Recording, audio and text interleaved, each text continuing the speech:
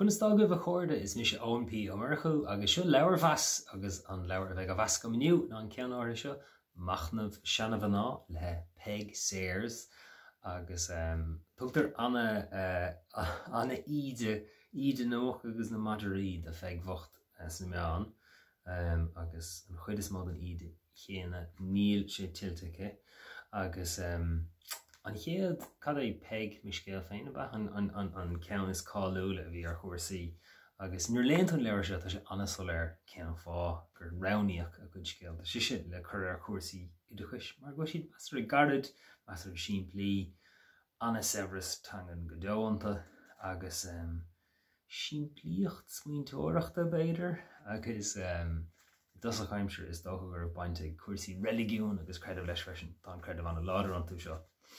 Ach Machnamh Seanmhná banan sé seo le sais deire héal féig is dóm agus chuir go gláid an chéadúir néidir tucaní agus tugann si sais bín si cuioineh siar go muoinach agus go measar muoinach agus cinna lína measca scéalt óna hóige agus is minic a d siúd ar nás ó feicim si os cóir thula ní siad eolas do méidir beo gáí agus cinnátá si cahaní na hóige agus a cuioineh ar an móthir fada atá amachrimpi sé sin an bás agus an creidimh anna láidir go deátáice. Ach an scéal féin tá cuid na scéalt tá siad ábhríonn leabh an sin tá prós corcra nó sais Harbheith arnáideach in áitina a thug inspráid áirithe an gealas a lárna léthe béidir braham. Tá cúpla scéal an atá níos spéisiúla agus bhád níos spéisiúla an cín eile. Bhí cóníar féin ní bhrách tamachchan mar sin bhí simigum san cín amháin le híomhrách ach thuras chobar na mult agus tugann siad contas ar thuras thugad ar thuras religiúnta lei agus bhain si le pisóg nó scéal beilidir leis na muilte a bhí bar i ngort agus ach can siad an lár fad ar néamhóg agus ar an trein agus ar chart ten si ar hrain go dtí trálí agus an sin ar chart go dtí áte an eile fan sin íhas a dagan is dóm agus ten siad chuig tachóst agus fan siad bí agus lehéid agus an sin ten siad go ar dúrhuihann tachóst ten siad go dtí an den siad an thuras agus léironn sé sais an roid sin sa duine go déon líní chuig áitin ar bhhaile sin graic agus gur sais féile atá an nó féile mar ag míis den é.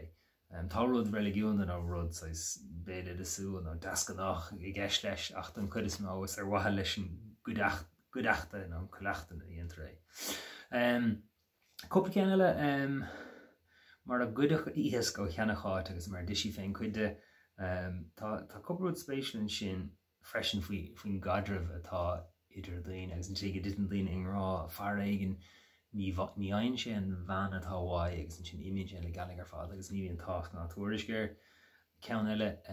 imíonn fear le ban éigen eile agus pósan sé agus an sin nant sa bheith nó an bhean a bhí spleanca iníomh an níor bíonn siise críomhrichte agus bíonn si ag crústa móna agus cloch leis an manmhacht agus tein siad an airce nó i ggiríní chéile agus tein siad agus búnan si an cacas an bhean eile dar agus scríbann si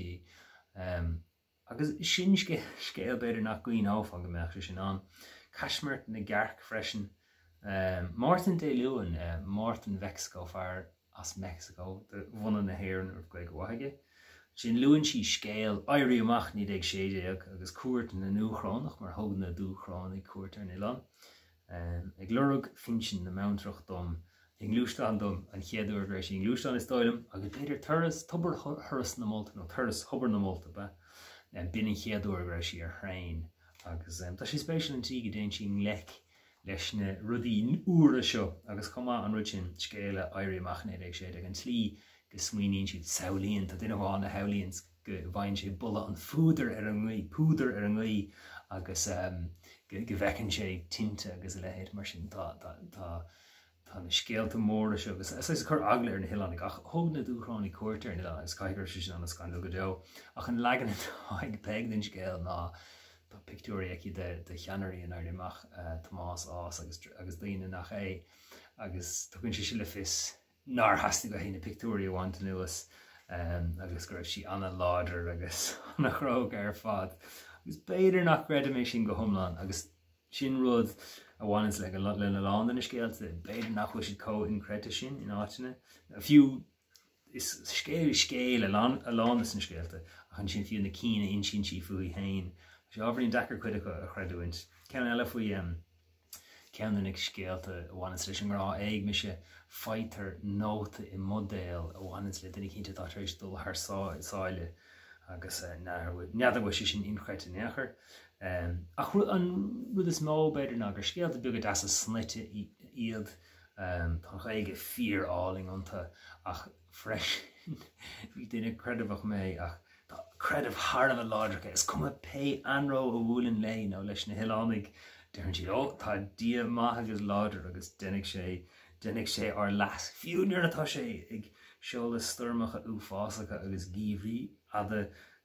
thuaircha jarráile ina dro ach bhí credibh í go dtíon deire agus